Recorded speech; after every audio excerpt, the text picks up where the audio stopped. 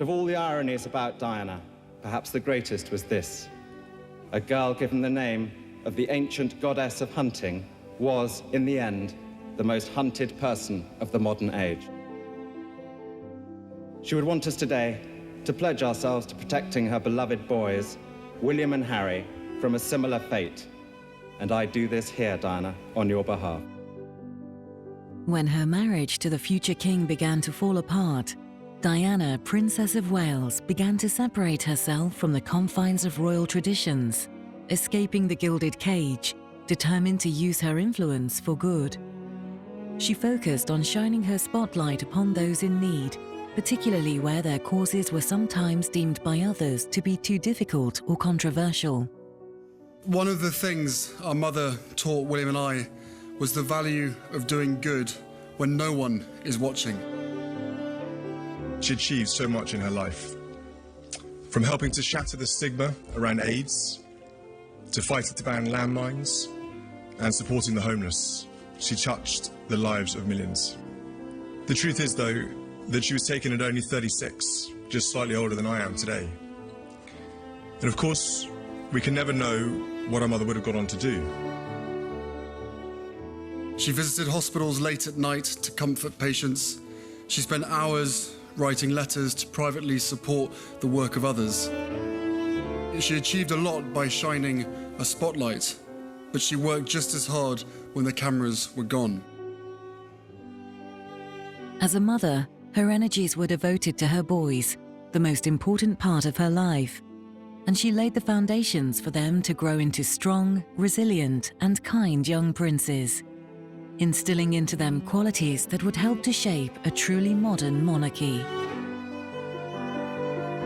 Our mother once said that if we all play our part in making our children feel valued, the result will be tremendous. Harry and I feel that our mother lives on in the countless acts of compassion and bravery that she inspires in others. In her actions and in her words, Diana changed the workings of the British monarchy forever. After her death, William and Harry continue to fight to keep their mother's memory alive. Join us as we look back at her lasting legacy and her impact on those she loved the most.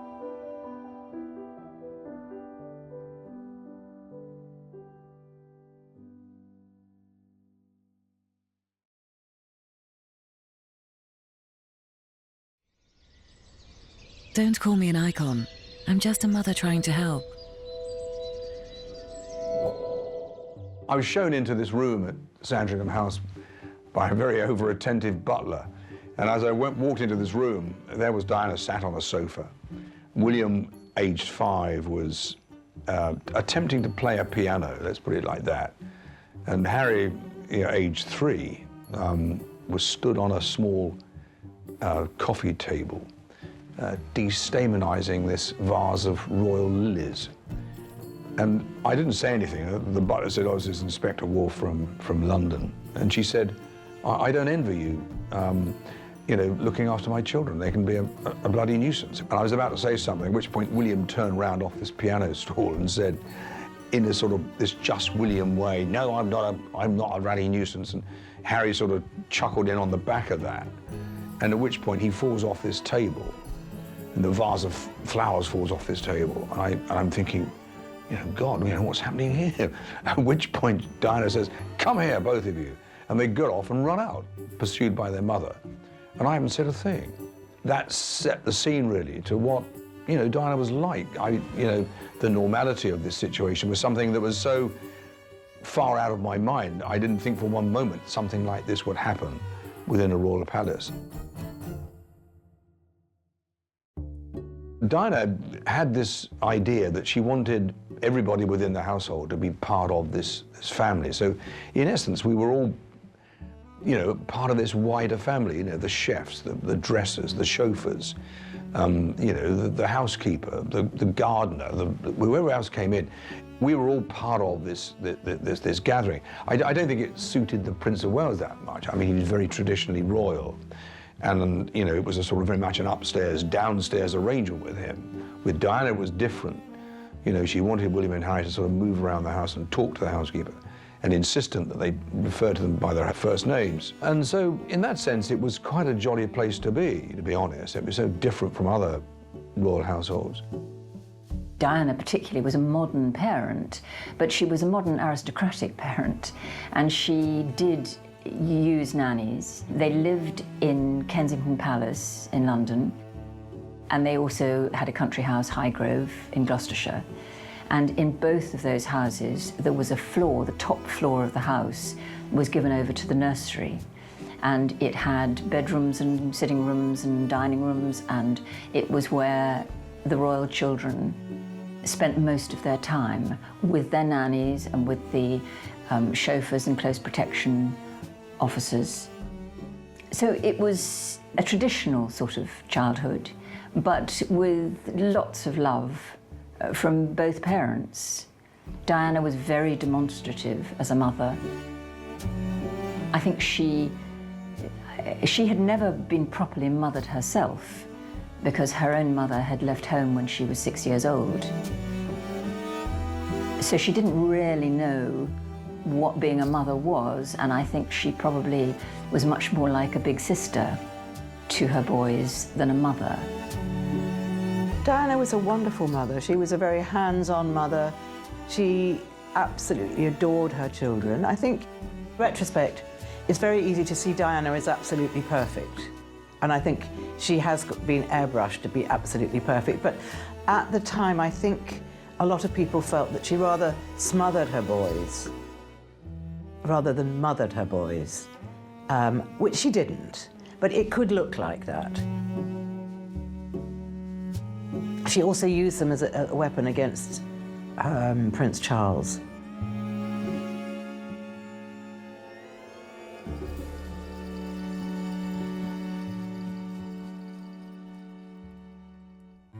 I remember William's first day at school, which was really quite funny. William's in the back of the car with his mother. And, you know, she said, now listen, William, when we get to the school, there's going to be a lot of photographers there, and I don't want you mucking about. And he sort of put his head down beneath the peak of his cap and said, I don't like photographers. He couldn't say photographers. And Diana said, well, you're going to get these for the rest of your life. I mean, you know, how profound was that? Anyway, we arrived at the school, and there was the usual bank of 50 to 60 photographers for this occasion. The children were growing up. William began his first day at school.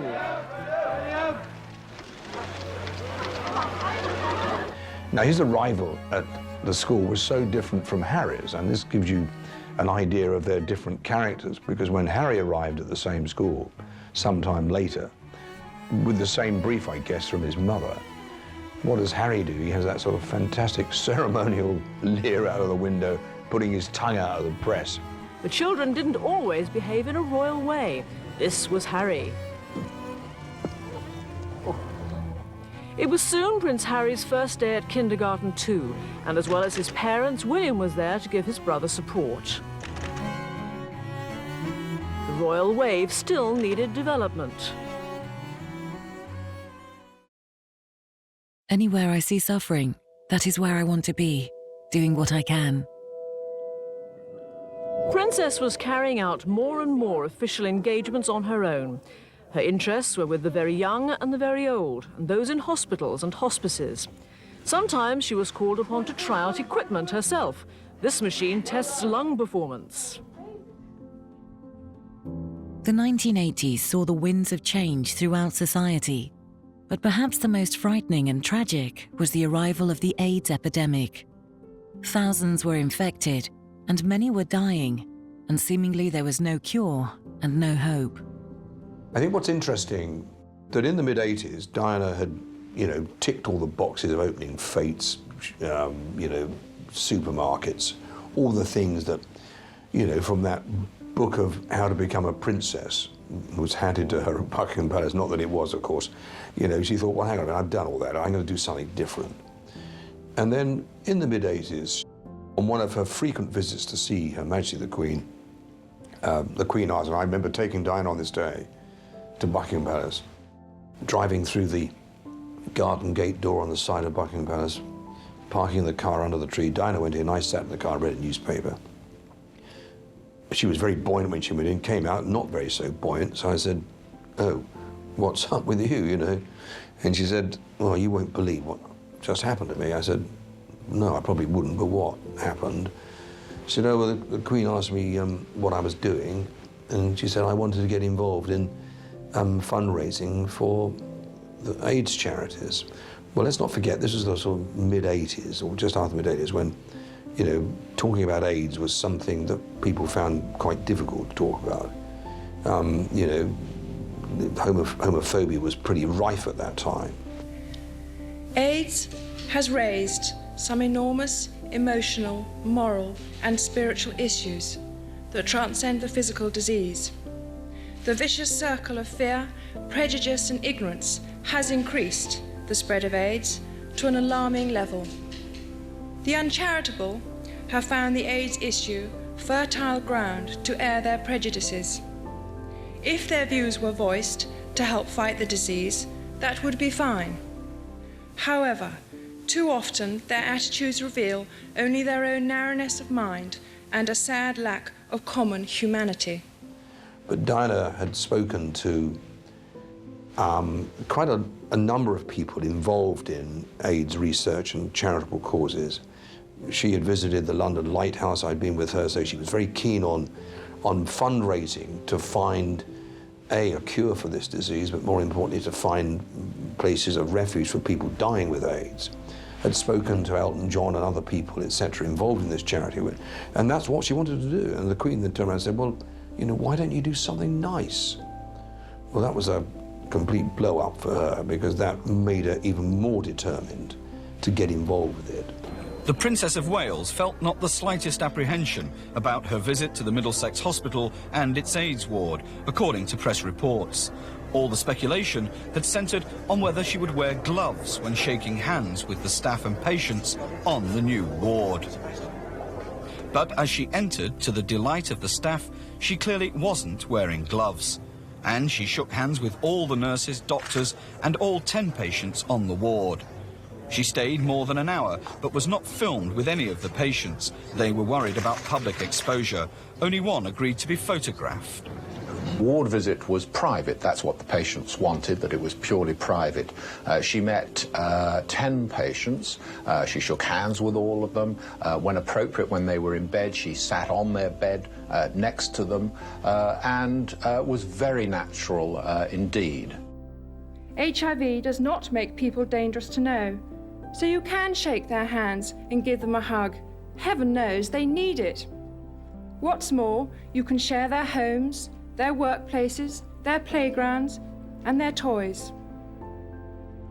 We all need to be alert to the special needs of those for whom AIDS is the last straw in an already heavy burden of discrimination and misfortune. In 1987, Britain's first hospital ward for AIDS patients was opened by Diana, and it was here that she held hands with patients without wearing surgical gloves, and she helped challenge the idea that the virus could be transmitted by touch. She did her best to dispel widespread ignorance and brought greater awareness on the plight of those at the raw end of the AIDS epidemic. After Diana's involvement with the AIDS charitable trusts, of which there are many, was vitally important to where we are today, where there is now, you know, a complete, almost total recovery of people dying from AIDS. You know, that early initiative of Diana, who was, you know, instrumental in fundraising, you know, hundreds of thousands because of who she was, and her visiting AIDS hospices, which I went to with her, you know, to raise the awareness of the problems and the need for research. So that was, you know, Diana's involvement with that. It was controversial. Her most publicised crusade was to dispel fears of contact with AIDS victims. On her many trips to open new wards devoted to the treatment of sufferers, she made a point of shaking hands with and talking to the patients.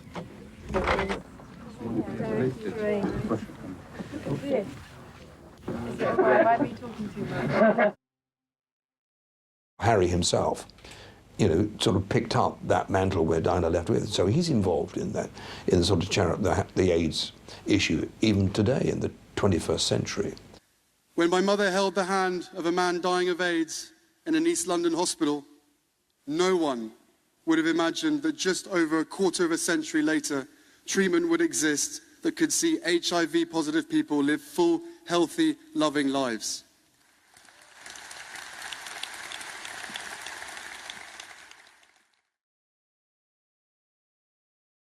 I will fight for my children on any level in order for them to be happy and have peace of mind and carry out their duties. When they were growing up, William and Harry's relationship was incredibly close. The two of them needed one another. They had, an unhappy home environment. They were, luckily they did have nannies, and they were therefore kept away from quite a lot of the acrimony that was going on between their parents. But nonetheless, children pick up on things. They're very sensitive. And it was also fortunate that they went away to boarding school, because again, that removed them from most of the nastiness that was going on. When I was speaking to Wendy Berry, who was the housekeeper at Highgrove, she said that the boys were very well protected.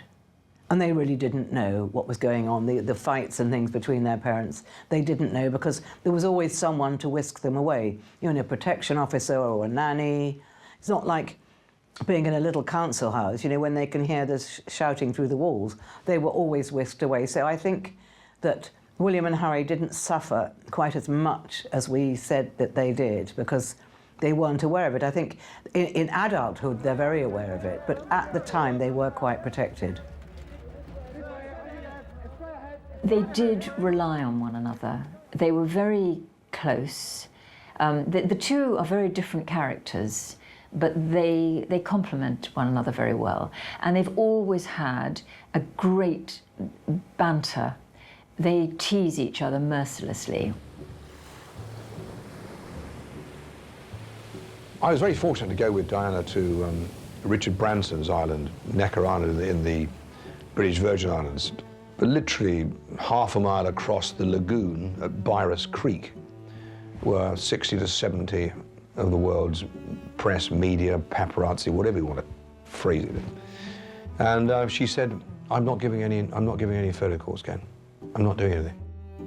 The manager from the island, he said, I've got some gifts for the children. I said, oh, what's that? He said, I've got a couple of catapults. These were these massive, great elastic catapults that you tie to two trees. And he had this sort of bag of balloons that you fill with water. And I thought, oh, maybe great for the kids. They can sort of have target competitions. William heard all this, and he came up to me. He said, Ken, he said, I've got a very good idea. I said, what's that? He said, well, when Mummy has to give a press opportunity, Harry and me and my cousins, we can be on the cliff top and we can fire the balloons at the press.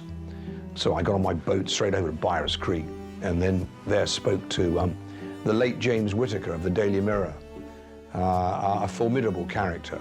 So he coordinated the event, and I said, you've got 15 minutes off the shore. Diana will be there with the kids on the beach with the buckets and spades. That's it. When it's all over, not a problem. So the following day, this flotilla of small boats arrive, and they were delighted, of course. Some of the best shots of Diana that ever came out in the sort of leopard skin costume, etc.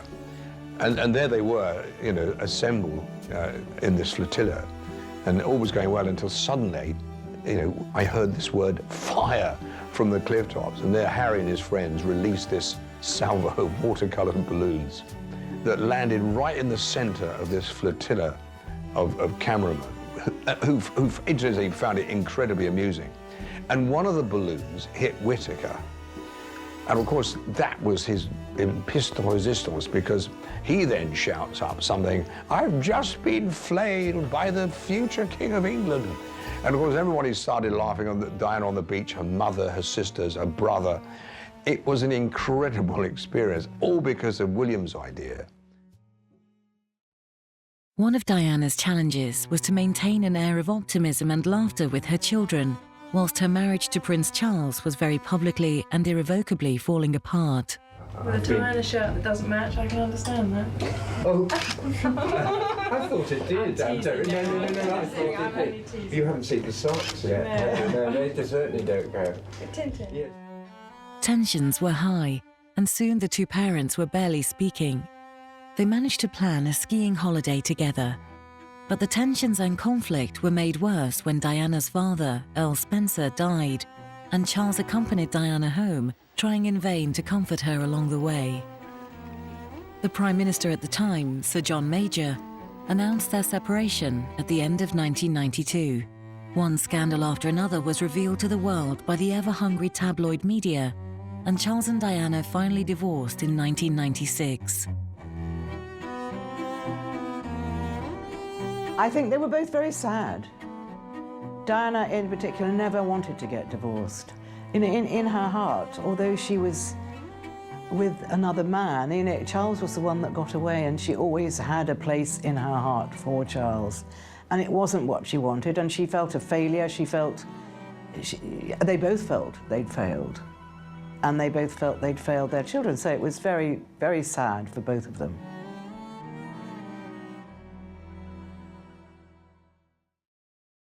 I think the biggest disease the world suffers from in this day and age is the disease of people feeling unloved. Her courage and compassion were obvious wherever she went.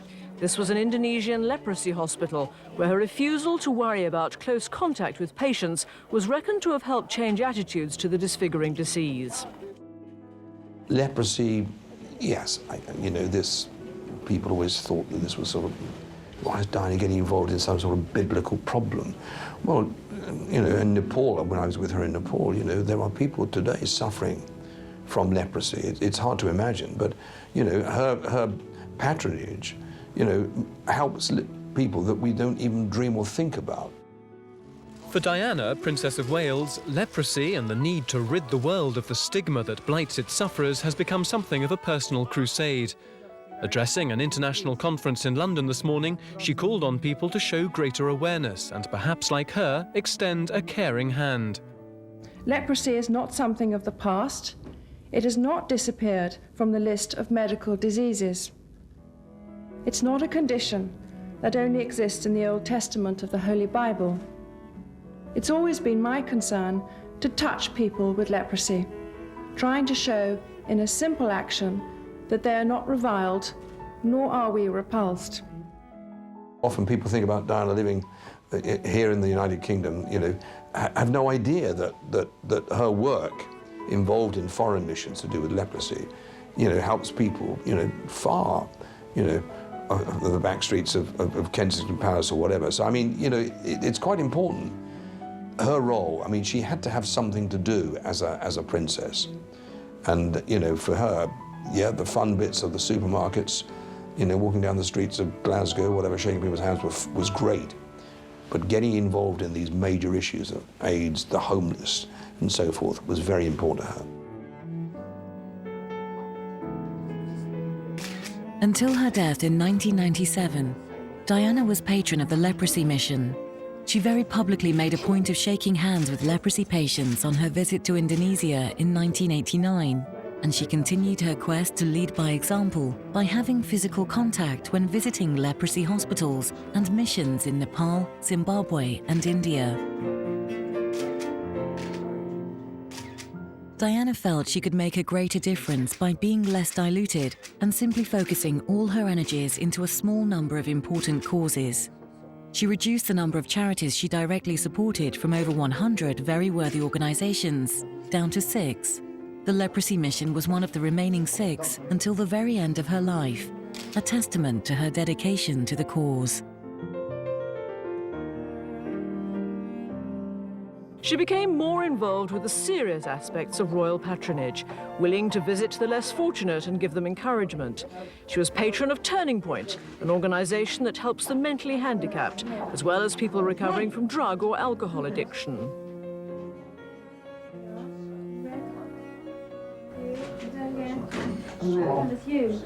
Drug abuse was another of her concerns. She wanted to be involved in the fight against it and spoke of the problem in Newcastle. We have a battle on our hands. It has to be waged on 2 major fronts. prevention and cure. As far as prevention is concerned, parents and teachers are in the front line. As a parent myself, I'm only too aware of the responsibility this implies in terms of the kind of upbringing best suited to encourage the child to say no.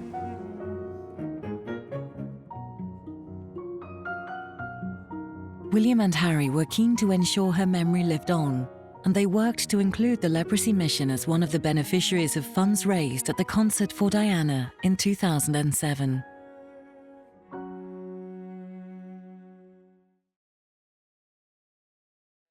Family is the most important thing in the world.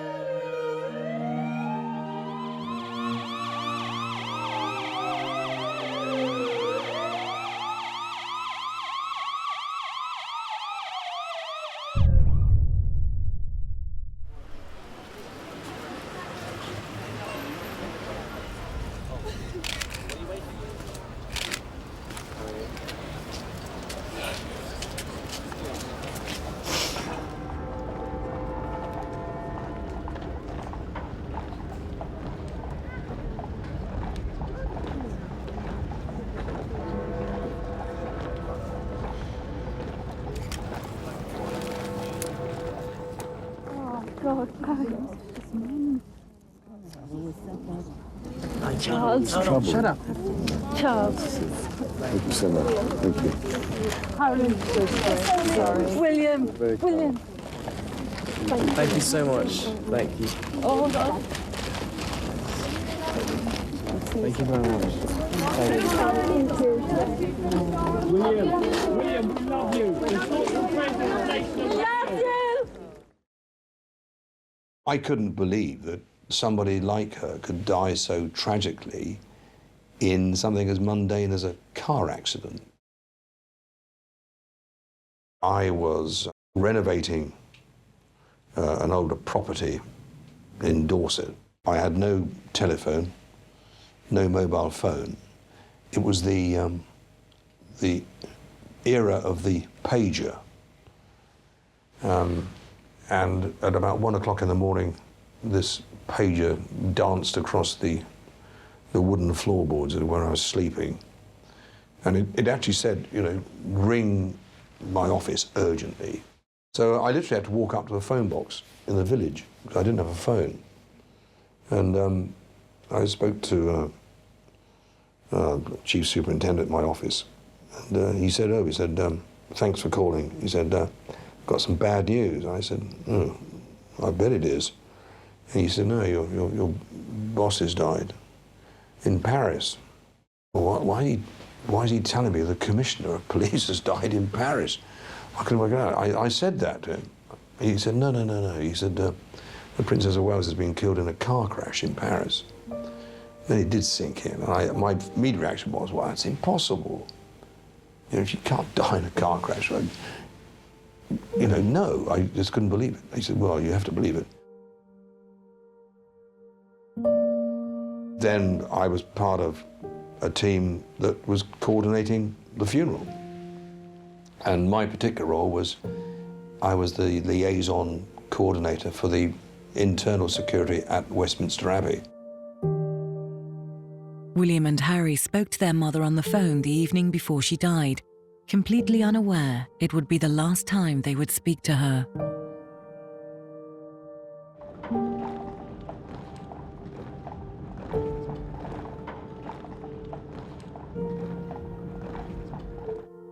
She'd wanted to speak to both of them, and they were playing a game, and they were actually quite irritated at having to leave the fun they were having and go and speak to their mother on the phone. And so they tried to get her off the phone quite, you know, as quickly as they reasonably could and get back to their game. And of course, that was the last time they spoke to her. That was the last time they heard her voice. She died in the early hours of the next morning.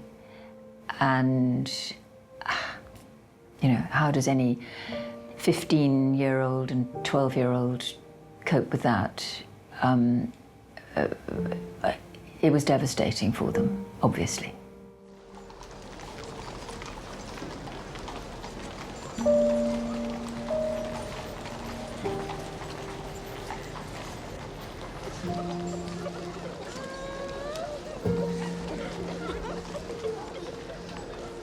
Of all the ironies about Diana, perhaps the greatest was this.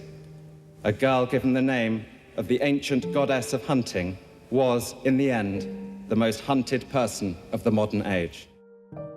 She was an exceptional and gifted human being. In good times and bad, she never lost her capacity to smile and laugh, nor to inspire others with her warmth and kindness. I admired and respected her for her energy and commitment to others, and especially for her devotion to her 2 boys. I think that brought them even closer together because, you know, they had, again, I mean, it was they couldn't share with anyone else what they had experienced. It wasn't, you know, like the death of any normal parent, because with the death of a normal parent, you don't have the world grieving as well. It was almost as though their grief was being devalued by the grief of strangers. So I think it was a very difficult time for them, and during that sort of the years after Diana's death, there was a bond which was closer, arguably, than most siblings.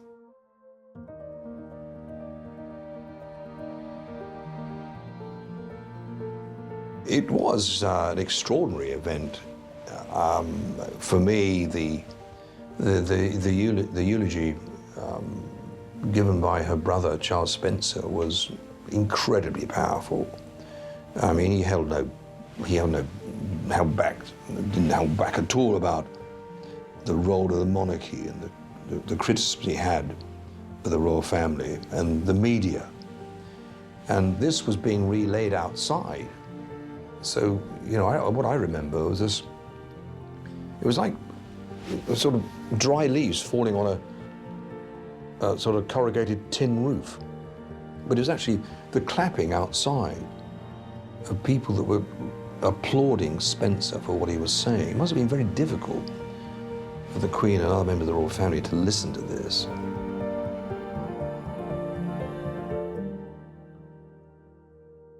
She would want us today to pledge ourselves to protecting her beloved boys, William and Harry, from a similar fate. And I do this here, Diana, on your behalf. We will not allow them to suffer the anguish that used regularly to drive you to tearful despair. William and Harry, we all care desperately for you today. We're all chewed up with sadness at the loss of a woman who wasn't even our mother. How great your suffering is, we cannot even imagine. Above all, we give thanks for the life of a woman I'm so proud to be able to call my sister. The unique, the complex, the extraordinary and irreplaceable Diana, whose beauty, both internal and external, will never be extinguished from our minds.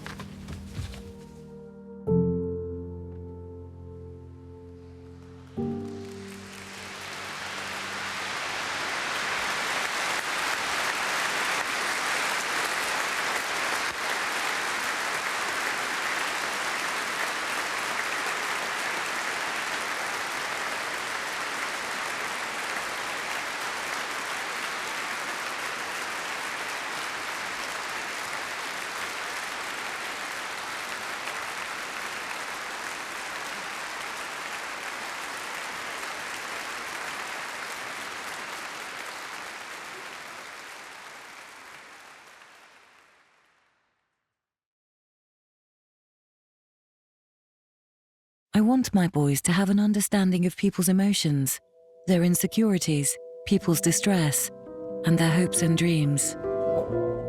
Early morning, and it's hard to sleep on the pavement, but in Britain's cities these days, many hundreds of homeless people do.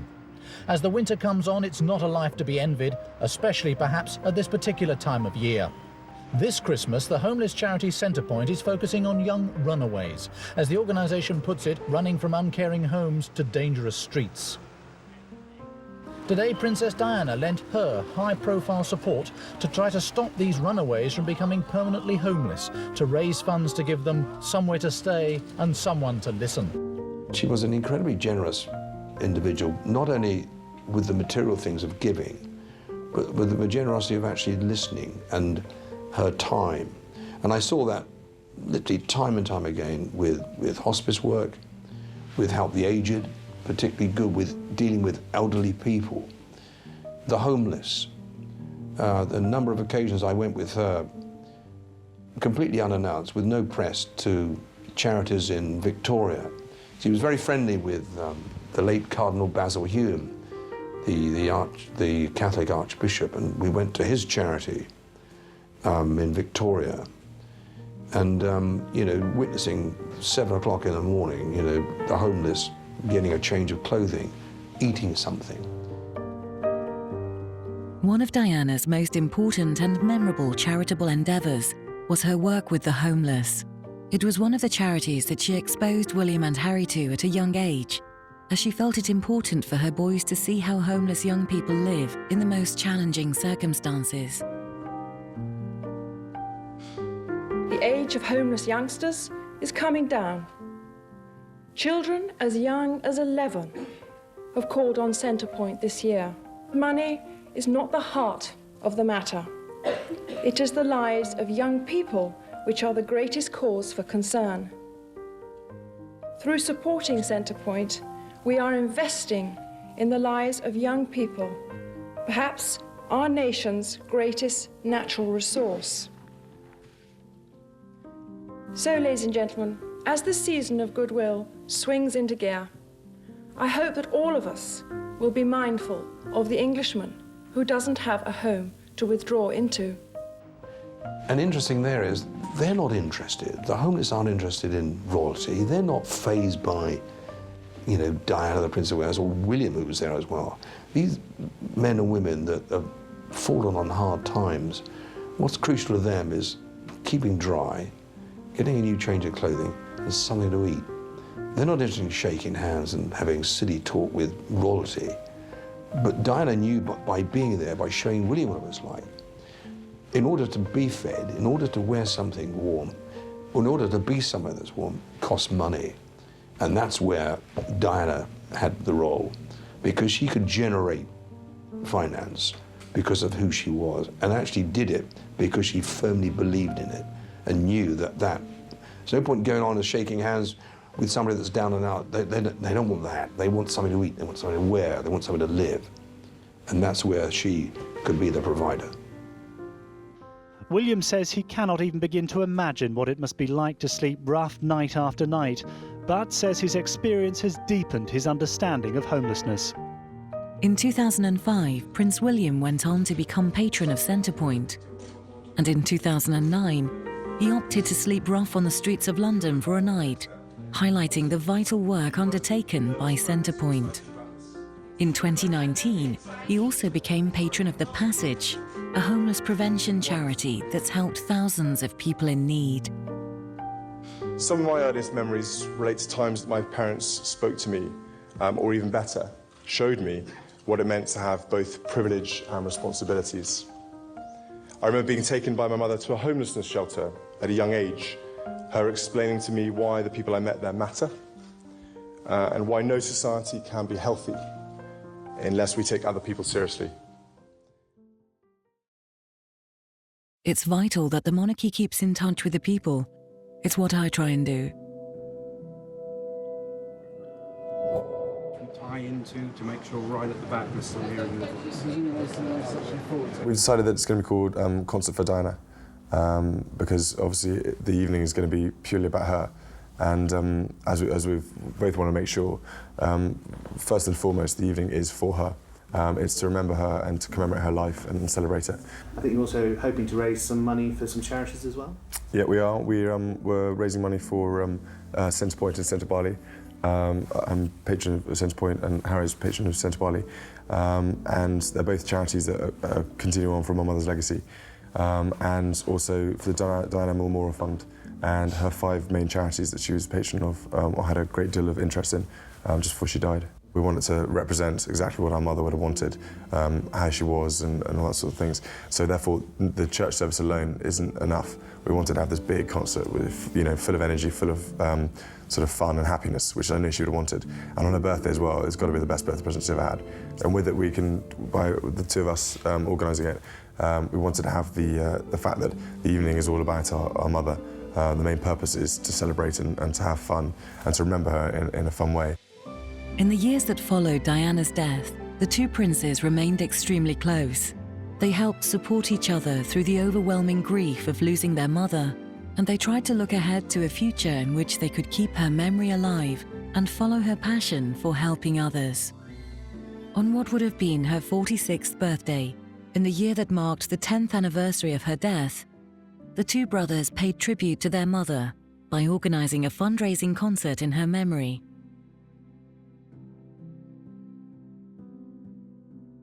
After finishing their education, both brothers went on to train in the armed forces.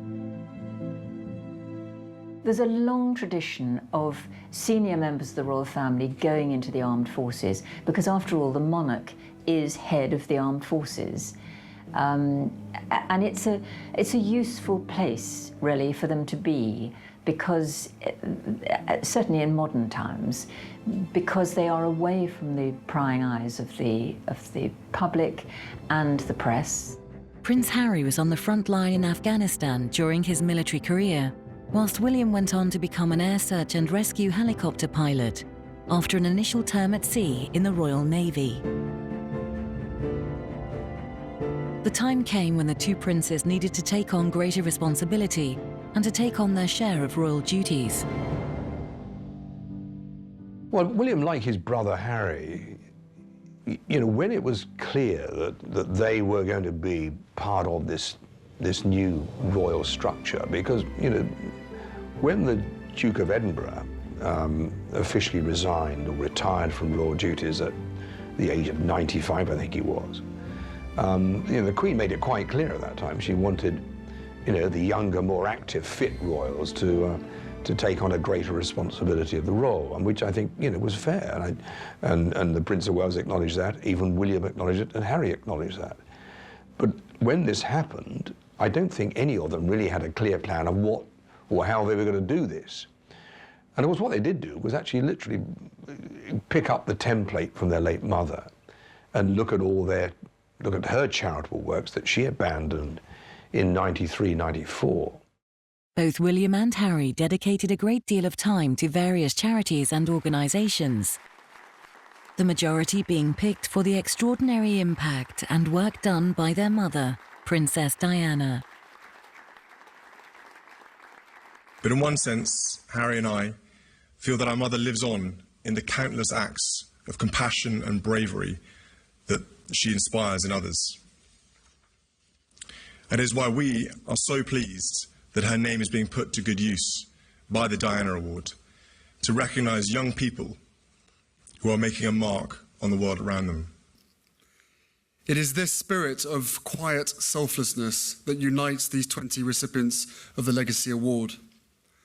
We must remember none of the amazing young people you have seen today did what they did for recognition or reward.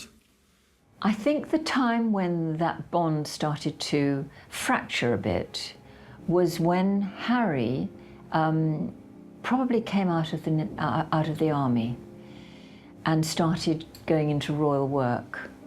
And I think there was a little bit of, the space was quite small within their charitable world for the 2 brothers together. And I think Harry slightly railed at the hierarchy. Here was his brother, his mate, but who was slightly pulling rank at times because he was the senior member of the family. So I think there were 1 or 2 little niggles going on there.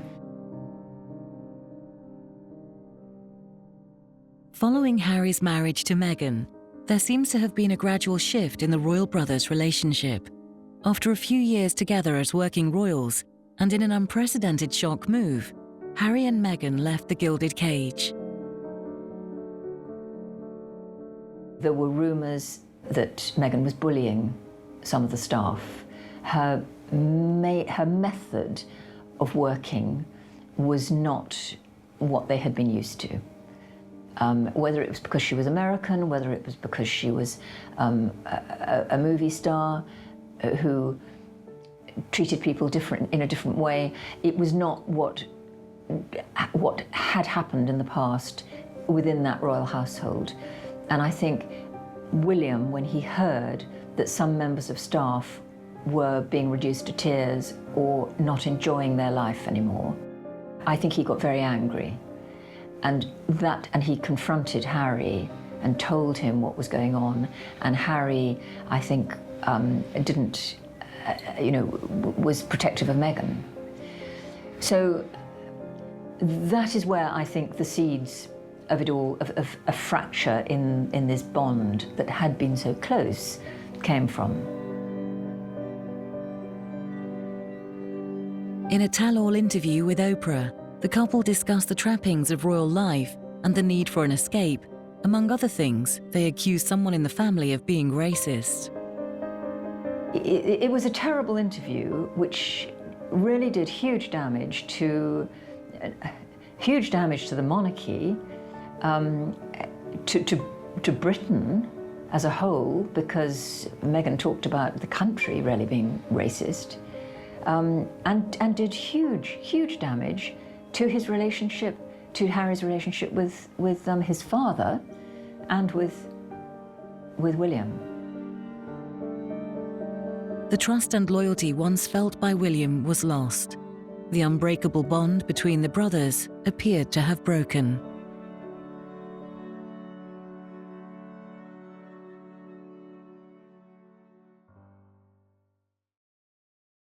Everyone needs to be valued. Everyone has the potential to give something back. When I started my public life 12 years ago, I understood the media might be interested in what I did. I realized then their attention would inevitably focus on both our private and public lives. The invasive nature of the press and media became overwhelming for Diana, and she decided to remove herself from public life, reducing her charitable work to allow her to focus on a few she felt very passionate about. But I was not aware of how overwhelming that attention would become, nor the extent to which it would affect both my public duties and my personal life in a manner that's been hard to bear. At the end of this year, when I've completed my diary of official engagements, I will be reducing the extent of the public life I've led so far. She continued to campaign tirelessly for humanitarian causes. Her fame generated huge publicity, and simply by being photographed with the disabled victims of landmines, she ensured those working to remove them won unprecedented support. Well, Diana took up unpopular, difficult causes. That's what really was the difference. And she took up political causes slightly, but like the Landmines campaign was political, and she got criticised very unfairly for it. But it was very successful, and she did succeed in getting landmines banned. So it was a huge triumph. Despite the controversy at home, the princess's campaigning continued today in what's believed to be the most heavily mined town in the world. Already briefed about the political row she'd stepped into, she seemed taken aback by the description of her as a loose cannon. Well, yeah, I'm only trying to highlight a problem that's going on all around the world. That's all. It's been said, though, that you're aligning yourself with Labour policy. you think that's wise? Labour, I don't know what you're talking about. I don't know what We you're have really to keep the programme going. Thank you very much. Thank you very much. She listened as we were given a detailed account of each weapon unearthed here and its devastating capability. If you set one of these off, it's going to jump up, and this will take out everybody in 25 metres. She wanted to actually be out in the field doing things. And that was her raison d'etre. And she was really excited about the future and what she realised that she had the power to change things. And that really was exciting to her, really exciting. And she was looking out for other projects, and she had this idea that she would get a group of very powerful women together. So herself, and I think one, it would have been maybe Nancy Reagan, Lucia Fletcher de Lima, her friend, but she would also get, she would get some powerhouses from America and from the UK together, and they would take things all together in a very, very high-profile way. Shortly before leaving Africa, the Princess of Wales met Red Cross officials and promised her long-term support for their campaign against landmines. She insisted she had not been worried by the debate back home that had resulted from her comments.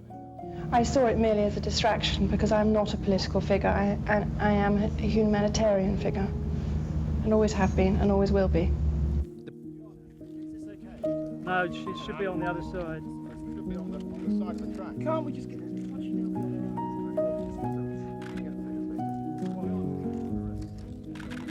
I knew the statistics, but putting a face to those figures brought the reality home to me. Like when I met Sandra, the 13-year-old girl, 2 days ago, who had lost her leg. For people like her, the rest of her life will be very different. And we must stop the landmines if we can. In total, it's taken 2 years to clear 6,500 explosives in an area of just a few kilometres around the town centre. The visit to Quito was unscheduled. At the last minute, the princess asked to be taken to one of the towns worst affected by Angola's civil war. At the local school, she was amazed to discover lessons still continued during the fighting. I'm not so sure I'd turn up for a lesson in bullets. It's amazing. That's a lot of discipline. The CEO of a mine removal charity, Halo Trust, credits Diana for the Ottawa Mine Ban Treaty, which was signed by 122 countries after her death. Although the impact of this treaty stopped the use and production of landmines, there remain to this day thousands in the grounds of battlefields following decades of war. Following in her footsteps, Prince Harry worked with the Trust to ensure the continuation in the efforts to fulfill the promises made by the treaty and to protect thousands of potentially affected civilians. To walk in her footsteps is clearly quite emotional for me, but I think as much as she did then, there is still so much to do. But without question, if she hadn't have campaigned the way that she did 22 years ago, this could arguably still be a minefield. So yeah, I'm incredibly proud of what she's been able to do and meet these kids here who were born on this street, who actually didn't even know that this was a minefield. Diana was a member or patron of more than 100 charities during her lifetime, and William and Harry have been determined to continue her legacy by supporting many of those organisations. In August 1997, my mother travelled to Bosnia with Ken Rutherford. When she was there, she met two young boys, one Muslim, one Serbian, who had both lost legs to landmines. She shared their stories with the world and helped campaigners, many of whom are in this room, to change history. They keep me on my toes, they're quite naughty. Those two young boys, Malik and Zarko, are now grown men and are with us today. 20 years on, they both still struggle with their physical and emotional injuries. When my mother said goodbye to Zarko that August, just weeks before her untimely death, she told him he would not be forgotten. Please help me keep her word to Zarko and Malik, and other people like them throughout the world. Carry out a random act of kindness with no expectation of reward, safe in the knowledge that one day someone might do the same for you. The memory of Diana and the work she did and what she achieved across the globe is a legacy of the utmost importance to both William and Harry. In a 2021 inquiry carried out by Lord Dyson, Diana's infamous interview with Martin Bashir was deemed unethical. William and Harry were absolutely horrified when it was discovered how Bashir had tricked their mother into telling such intimate things about her life. And they were pleased with the results of the inquiry, but it still had happened. And I don't think they felt there was a punishment that was suitably bad enough for Bashir. It is my view that the deceitful way the interview was obtained substantially influenced what my mother said. The interview was a major contribution to making my parents' relationship worse and has since hurt countless others. It brings indescribable sadness to know that the BBC's failures contributed significantly to her fear, paranoia, and isolation that I remember from those final years with her. They just thought, well, this has happened, so there's got to be a way forward, that journalism has to be more answerable. And I think William will be, forever very, very wary. I mean, he was wary before, but it just makes him even more wary. In an era of fake news, public service broadcasting and a free press have never been more important.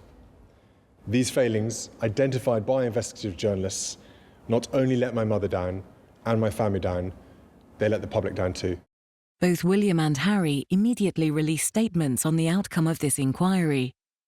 Though clearly unhappy about what happened, they were obviously relieved to establish the truth about a most tragic event in their lives.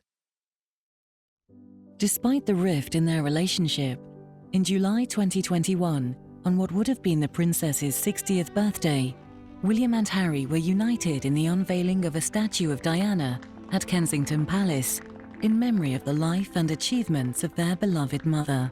Even 25 years after her death, she brought the boys closer again, reuniting them in troubling times. I think that Diana would be so proud of both of them. She'd be absolutely thrilled about William and the way he's shaped his life, and of course I think she would just love Catherine. And I think they would get on very, very well, because they kind of would respect each other. And I think she would be very proud that Harry'd broken away from the royal family. I think when he says, my mum would be proud, I'm sure he's right. I think she would be very proud, but I think she'd be very sad that Harry's, not taken the responsibility that he should have done as the second son. Diana will never be forgotten, and her work as a shining example in the world of charitable endeavour is only exceeded by her dedication to her boys, her princes, William and Harry. It's their generation that will decide the fate of the monarchy into this century and beyond. It's their generation. So I think there are changes afoot that will see the monarchy move in a new direction. But I firmly believe that the programme of modernisation, and there'll be those that disagree with me, that began really during the sort of very short Diana period. Even as a non-working member of the royal in the latter stages of her life, she'll always be remembered for her work and her programme of modernisation, this sort of getting in touch with people, and her programme against government advice of getting involved in the Landmines crusade in Angola and Mozambique. It was very important for people to remember that. And I think that's why people to this day still remember and talk about Diana, because of the way that she began a change at the beginning of how we perceive the royal family to be. And I think in her two sons, certainly William, more so now than Harry because of his situation, sees a direction very much akin to that of his mother.